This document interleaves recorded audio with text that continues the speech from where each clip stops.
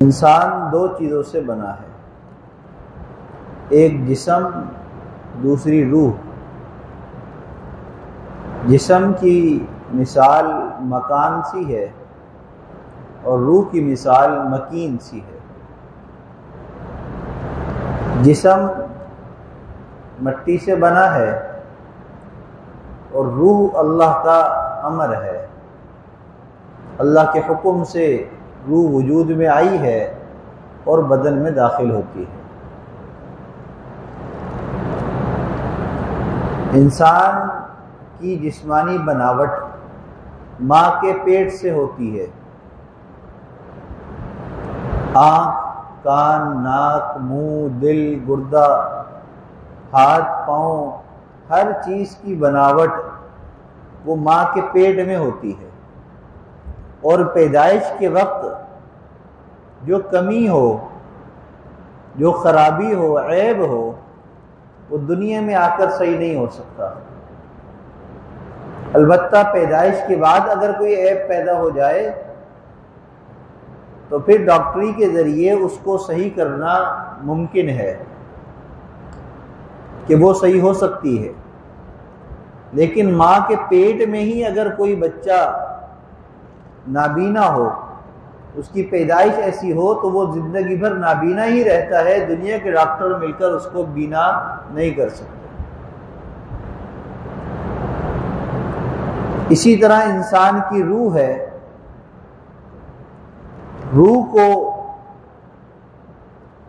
روح کے بننے کی جگہ وہ یہ آسمان اور دنیا کے درمیان میں جو انسان آباد ہیں، اس دنیا کے اندر روح بنتی ہے۔ جیسی روح ہماری یہاں پر بنے گی، قبر میں، حشر میں، آخرت میں ویسے ہی معاملہ ہوگا۔ اگر یہاں سے روح صحیح ہو کر جائے گی تو قبر میں بھی آسانی رہے گی، میدان حشر میں بھی اور آخرت میں بھی اچھا مقام مل جائے گا۔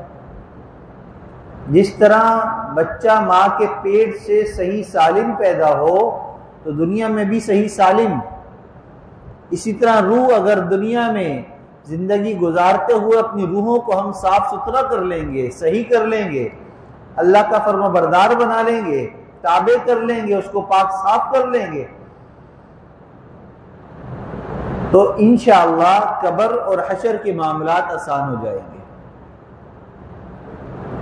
قرآن پاک میں اللہ تعالیٰ نے فرمایا قد افلح من تزکا، تحقیق وہ کامیاب ہوا جس نے تزکیہ حاصل کر لیا۔ تزکیہ کا معنی کیا ہے؟ کسی چیز کا میل کچیل دور کرنا، کھوٹ نکال لینا، صاف کر لینا، یہ تزکیہ ہے۔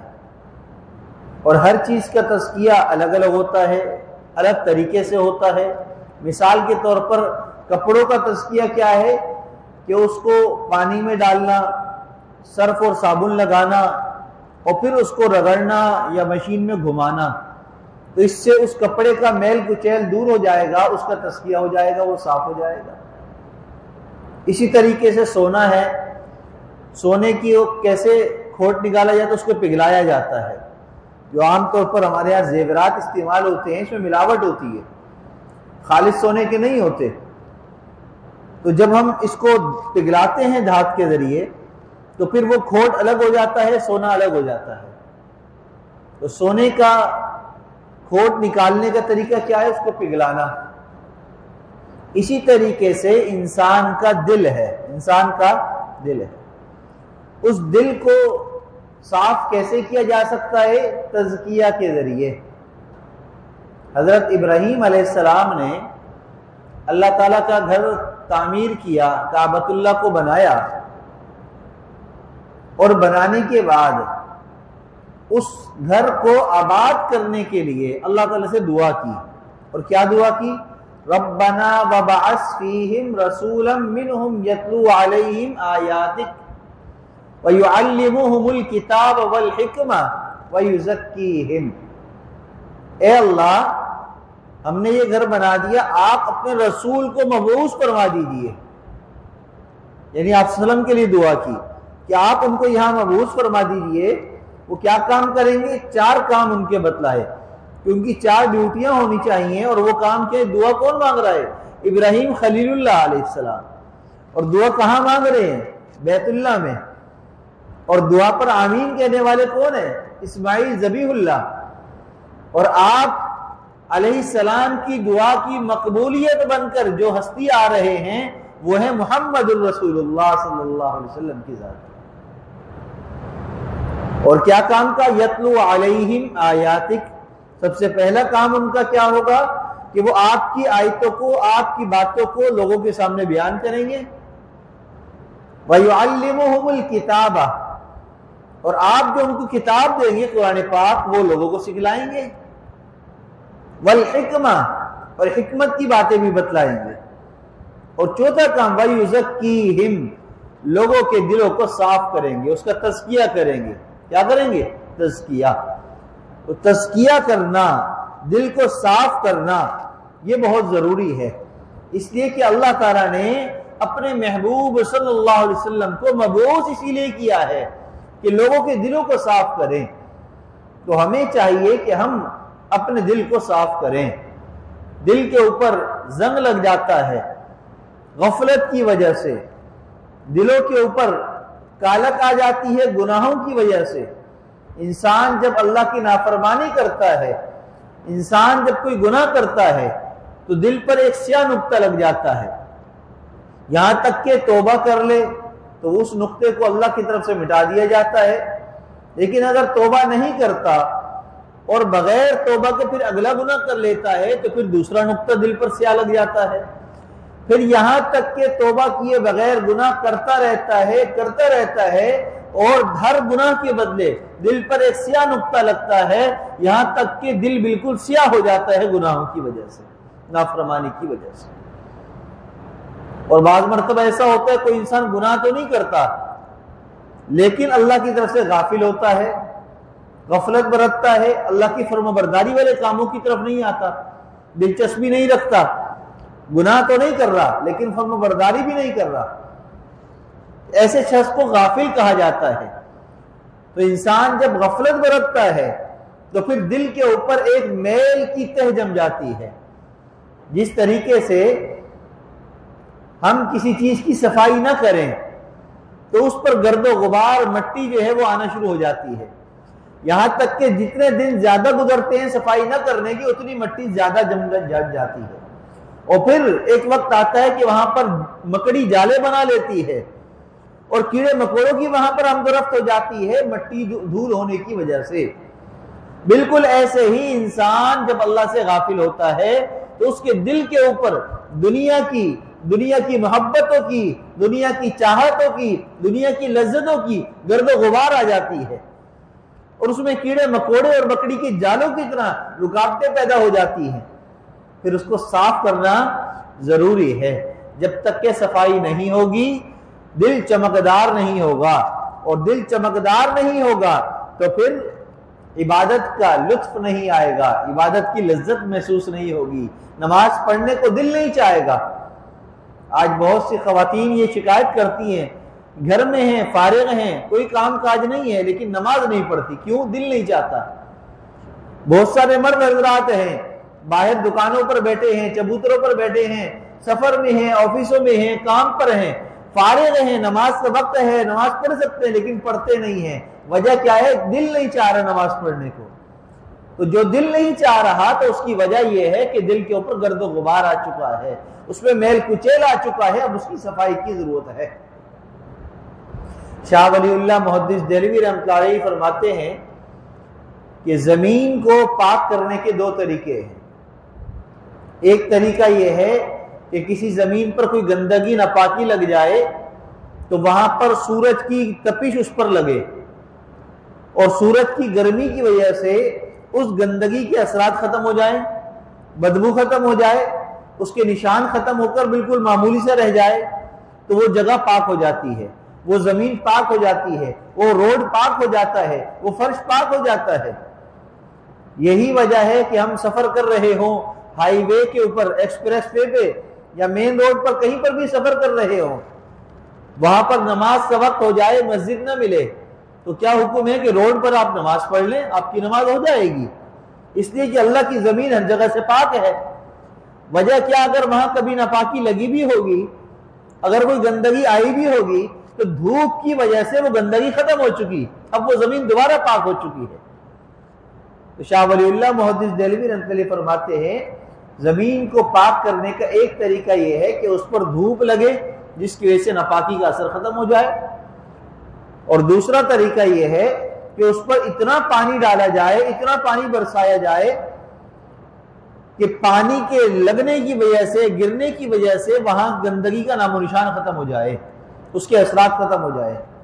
اب چاہے وہ بارش کا پانی ہو، چاہے وہ سیلاب کا پانی ہو، چاہے وہ دریا کا پانی ہو، چاہے نہر کا پانی ہو، چاہے ہم اپنے طور پر اس پر پانی کو انڈیل دیں۔ بالکل ایسے ہی فرمایا کہ انسان کا جو دل ہے یہ بھی زمین کی مانند ہے، زمین کی مانند ہے۔ اس کو پاک کرنے کے بھی دو طریقے ہیں۔ ایک طریقہ یہ ہے کہ کسی نیک کی صحبت میں رہا جائے، نیک لوگوں کی صحبت میں رہا جائے، دوست بھی نیک ہوں، پڑوسیوں کو بھی نیک بنانے کی کوشش کی جائے، جہاں گیدرنگ کے لوگ ہیں، لڑکے ہیں، وہاں پر بھی نماز کی تلقین کی جائے، اور اپنے آپ کو بھی نیک لوگوں سے جوڑ کر رکھا جائے۔ اب نیک لوگ کون ہیں؟ اہل اللہ ہیں، اللہ والے ہیں۔ نیک لوگ کون ہیں؟ علماء کرام ہیں، ائمہ کرام ہیں، صلحاء ہیں، اللہ کے دین کے پیروکار ہیں، سنت کے متبعین ہیں۔ دیندار کی پہچان کیا ہے؟ سنت کی متبع، جو سنت کی اتباع کرنے والا ہے وہ دیندار ہے۔ اگر بظاہر اس میں کوئی کمی بھی ہوگی لیکن اس کی سنت کی اتباع کی وجہ سے اللہ اس کمی کو بھی دور فرما دے گے۔